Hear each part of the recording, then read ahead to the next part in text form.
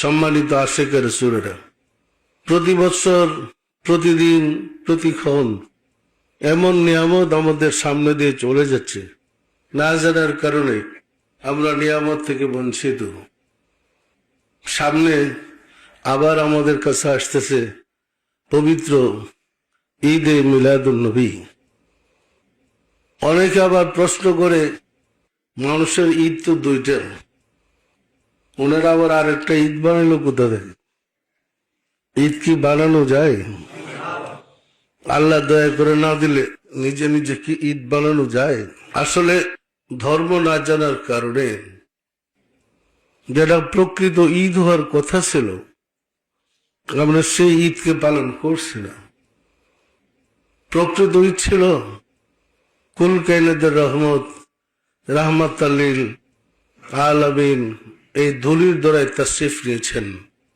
এই আনন্দ সমগ্র সৃষ্টির জন্য আনন্দ, এই আনন্দ সমগ্র ফেরেশতা কুলের আনন্দ, এই আনন্দ সমস্ত নবী রাসূলদের আনন্দ, এই আনন্দ সমস্ত আত্মার আনন্দ। এই আনন্দ ছিল রাব্বুল আলামিনের জন্য শ্রেষ্ঠ আনন্দ। কারণ জগৎ পরিকল্পনা বা সৃষ্টি করার পিছনে কারণই ছিল রাহমাতুল লিল আলামিন।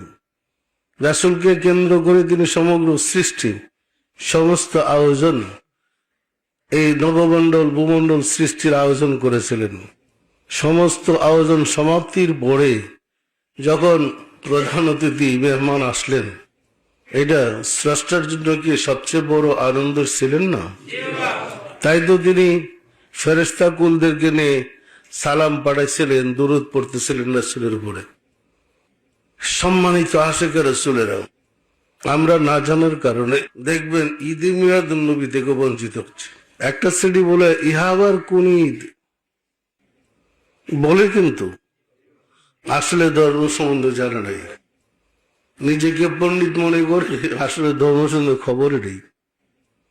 এই যে সৃষ্টি জগতের শ্রেষ্ঠ ঈদ, এই ঈদরা কুরবানির ঈদ না, গরু কাটার ঈদ না, আর গোস্ত খাওয়ার ঈদ না।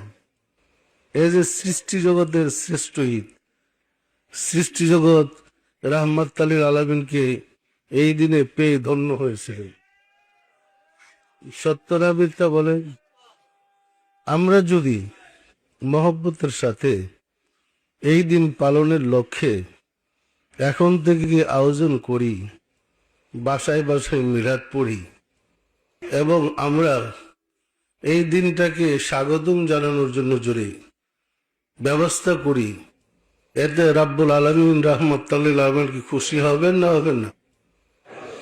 সুতরাং আমাদের ধর্মটি হয়েছে মালিককে খুশি করা।